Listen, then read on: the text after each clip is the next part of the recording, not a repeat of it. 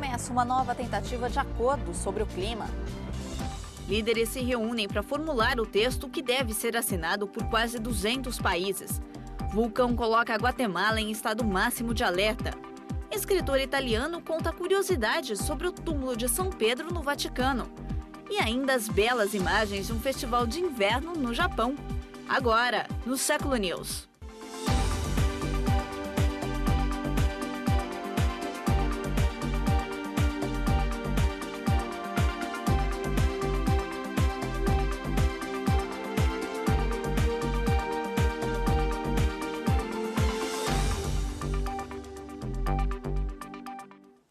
Olá, boa tarde. As negociações sobre o clima foram retomadas neste domingo em Genebra. Trata-se da primeira reunião formal para preparar o texto do grande acordo que deve ser assinado por 195 países em Paris. Representantes de vários países retomaram neste domingo em Genebra negociações intermediárias com o objetivo de preparar um texto que abra caminho para o acordo mais ambicioso da história na luta contra o aquecimento global. O pacto, que vai substituir o Protocolo de Quioto a partir de 2020, deve ser fechado no fim do ano na capital francesa. As conversas são realizadas sob a supervisão da ONU. O desafio principal é limitar o aumento da temperatura do planeta a 2 graus Celsius em comparação com a era pré-industrial. Caso contrário, pode haver um distúrbio climático com graves consequências nos ecossistemas, nas sociedades e nas economias, em particular as mais pobres. Ao ritmo atual, o mundo se aproxima de um aumento de 4 a 5 graus no fim do século, se não forem tomadas medidas drásticas para reduzir as emissões de gases causadores do efeito estufa.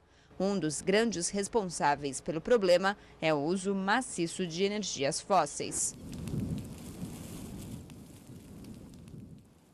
Criticado no Congresso, o governo dos Estados Unidos reconhece que a normalização das relações com Cuba pode levar anos. O presidente Barack Obama deve enfrentar muita resistência dos parlamentares. O governo dos Estados Unidos reconheceu que a normalização das relações com Cuba pode levar anos, enfrentando acusações por parte de democratas e republicanos de abandonar a bandeira dos direitos humanos na ilha. O foco desta nova política não é que nós estamos dizendo ao governo cubano que não tem de mudar ou que nós esperamos que eles mudem imediatamente. Certamente queremos mudar práticas. Nós não somos ingênuos sobre a rapidez das mudanças. Por isso, nossos esforços são para capacitar o povo cubano a tomar suas vidas nas mãos. Até agora, um grupo bipartidário apresentou um projeto de lei para acabar com todas as restrições de viagens a Cuba, mas a aprovação é improvável. Jacobson, negociadora-chefe do país nas reuniões que teve com o governo cubano em Havana, prometeu que a iniciativa pretende promover a mudança democrática em Cuba e que os Estados Unidos não vão desistir de seus princípios, como a interação com grupos de dissidentes em Cuba. Uma pesquisa feita pelo Datafolha mostra que houve uma queda de quase 20% na aprovação da presidente Dilma Rousseff. A porcentagem que considerava o governo ótimo ou bom caiu de 42% para 23% no período de dezembro do ano passado a fevereiro deste ano, enquanto os que julgavam o governo ruim ou péssimo subiu de 24% para 44%. Na opinião dos membros do executivo, esse descontentamento pode ter sido causado após os discursos feitos pela presidente durante a campanha eleitoral terem alimentado uma expectativa melhor para esse mandato.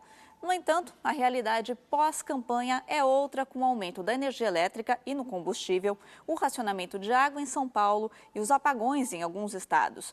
Assessores da presidente também ressaltam o fato dela ter diminuído drasticamente a comunicação tanto com a sociedade quanto com a equipe de governo.